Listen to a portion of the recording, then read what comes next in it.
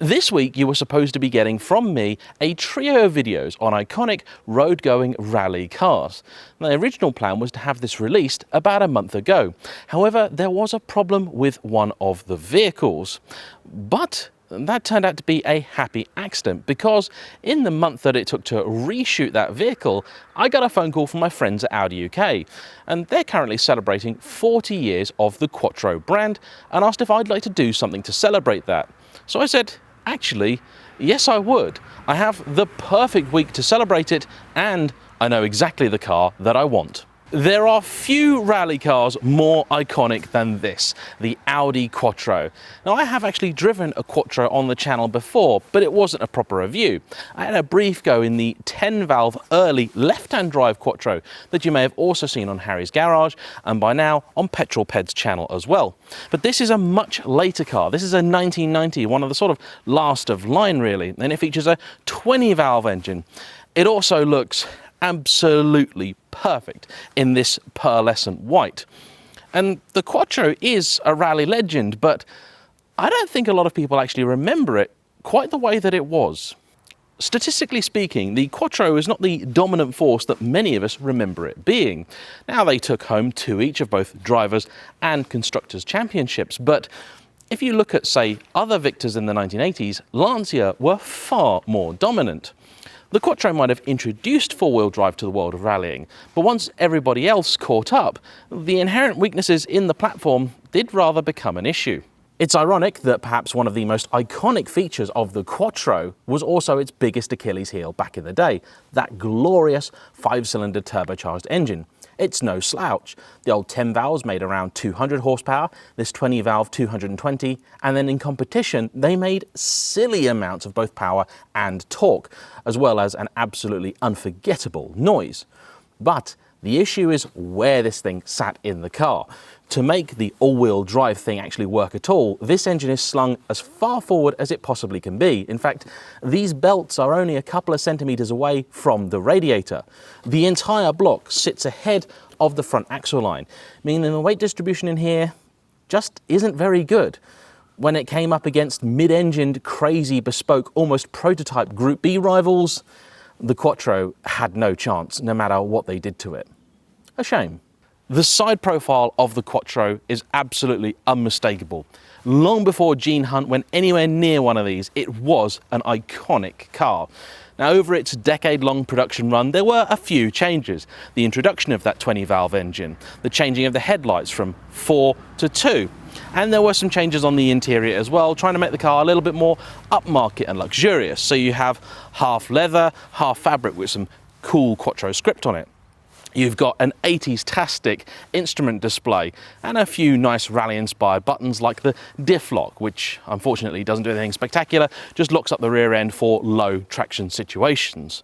But as pieces of automotive art go, if you were going to pick one car from the 1980s, for me, it would have to be this one.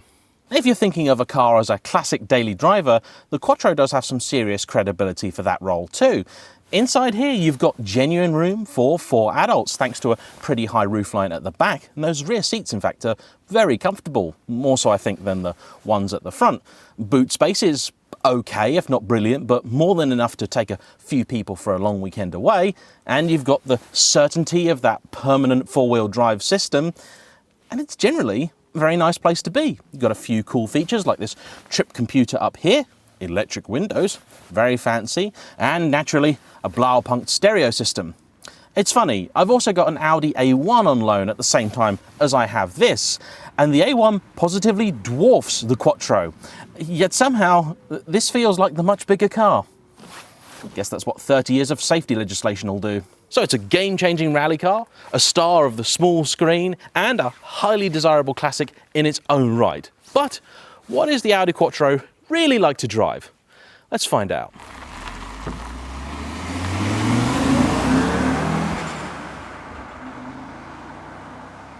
Something like the Quattro will always have a hard time when it comes to the actual drive, if for no other reason than the fact that very many people won't have really driven one in the last 4 decades. They'll have just heard the very many stories.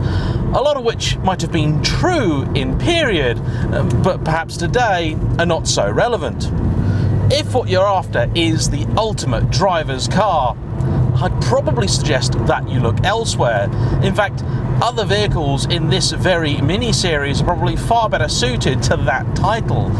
For me, a driver's car has to be something with an immediacy of response, a real keenness to attack every single bend, every single straight, a car that has an almost telepathic bond between you and it.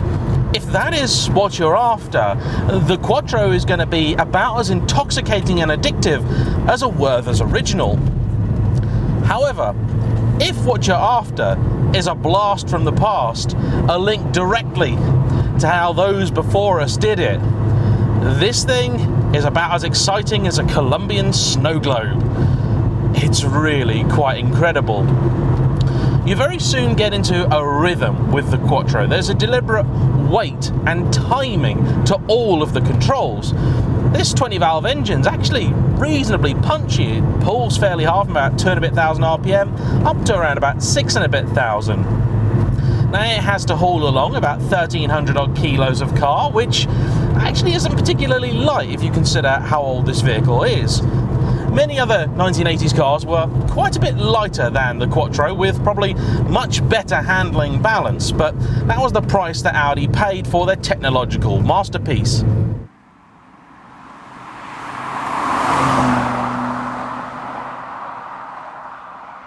Unlike some later Audis that I've driven, you can still tell that this is a little bit rough around the edges.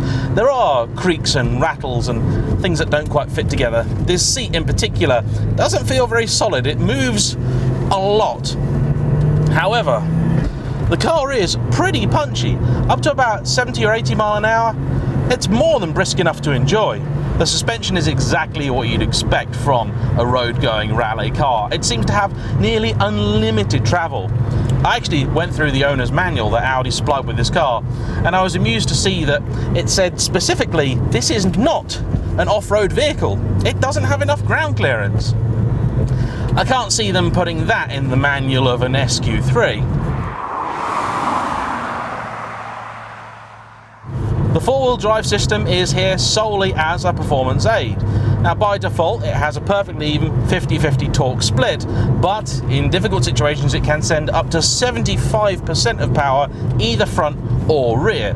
Doesn't sound impressive by modern standards, but it's a really nice mechanical system and it feels very natural. At no point have I really been disturbed by its goings-on or anything else. And I have been driving this car mostly in fairly rubbish conditions. The experience from in here is just pure 80s, from the old school HVAC controls. Well, there's no AC in here, just an H. You've got this brilliant LCD display, which actually works perfectly well, and there's even a button here. If you press it, a bit like in a Saab, it'll turn everything off bar the speedo and, oddly, the clock. There's even a trip computer, a wildly optimistic trip computer, I have to say, that thought I was going to get about 500 miles of range out of the car. That seems a bit unlikely. Now, my average fuel consumption has been about 23.3 to the gallon, which is actually all right for a 30-year-old performance car. I've got to say, it's pretty good. I'm sure people with a 3-litre Capri would be more than used to that kind of consumption. The view out's pretty decent. I can see plenty of that bonnet. A, B and C pillars, all very thin as you would expect them to be in a car of this age.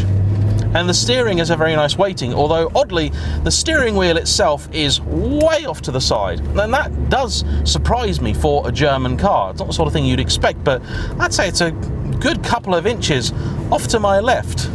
The pedals are precisely where I'd expect them to be, so that makes it even more odd.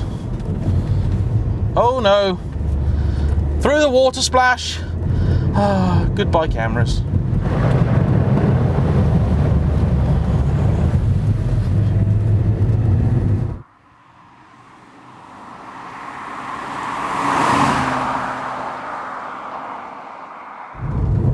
Like a lot of old school performance cars, to get the very best, both in terms of speed and enjoyment from the Quattro, you need to engage in a little bit of a tango with it.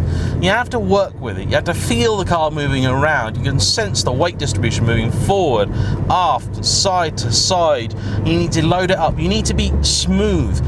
This is not a car that will have any tolerance for ham-fisted inputs. If you expect it to go around a bend like a modern hot hatch, it's just not going to happen.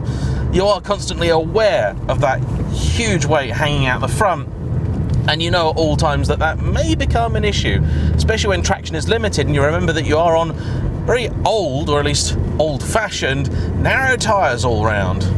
But let's see if we can have fun anyway, shall we?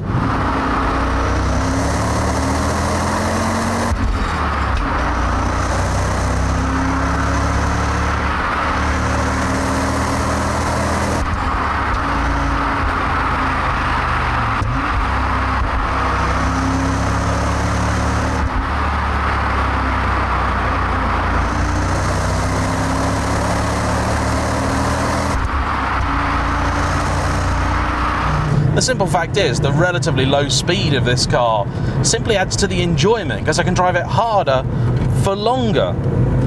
The suspension is fabulous. This car's so comfortable. That's crazy.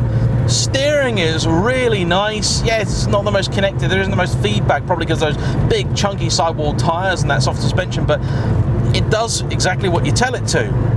Brakes are the interesting one, because initially you think that they're awful because you put your foot down and very little slowing down occurs, but then you really push hard and you find out that they can and will stop the car. But you've really got to ask them. Gearshift is a strange one. The shift itself is nice enough, although it's a very long throw with what feels like miles between first and second, then third and fourth. In little corners like that, you just feel that front washing just ever so slightly. It just tells you when you're getting to the limit of adhesion. Reverse actually is the strangest of all gears, because you have to push the lever down and then follow what feels like a bit of a maze to actually get it into reverse. So that's an odd one, but it doesn't really affect you when you're doing this kind of stuff, of course.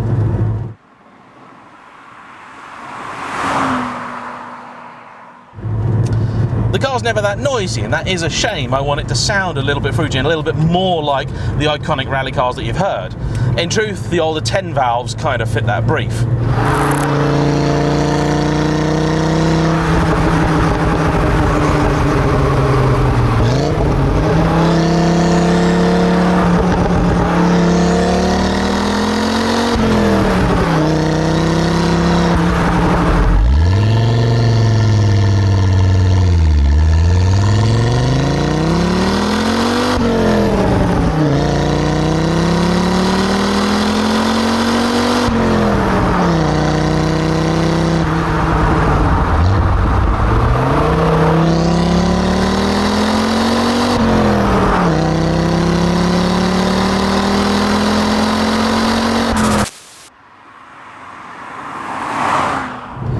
It is a car you really work with, not against.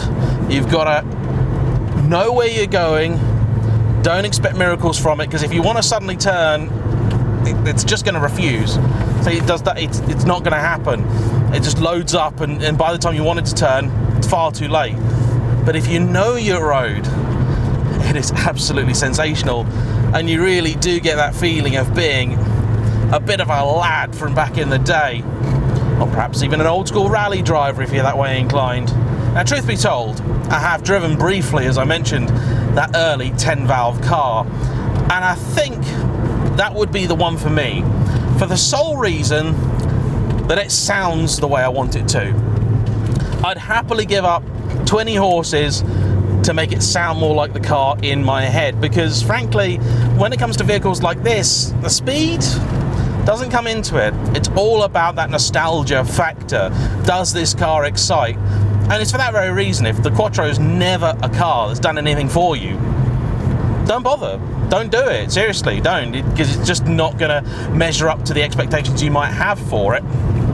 But if it is a car that you have at some point in time lusted after, I think it's a lot of fun. It feels quicker than I expected it to. It's not really that quick, but it feels it. And that, I think, is more important. And I can genuinely have fun with it. And considering this very car is one of Audi UK's heritage fleet items, that means it's very valuable and very important to them, but even still, I have no issues throwing it about because it is just fun. Flawed, yes, but fun. The major item counting against it as potential daily car is the fact that they are allegedly very expensive to maintain. I hear a lot of stories about all of these early cars, up to and including the RS2 and frankly the early RS4 as well, that they are pretty ruinous when it comes to running costs. Which is a shame, but you're getting into an old school performance car, most of them are like that. I am a firm believer that the 1990s is perhaps the greatest decade there ever was for cars. But if you believe it's the 1980s, this is probably your car. Thanks for watching. Thanks to Audi UK for lending this to me. This year they are celebrating 40 years of Quattro. And my, they started quite well. I'll see you all for the next one. Bye-bye.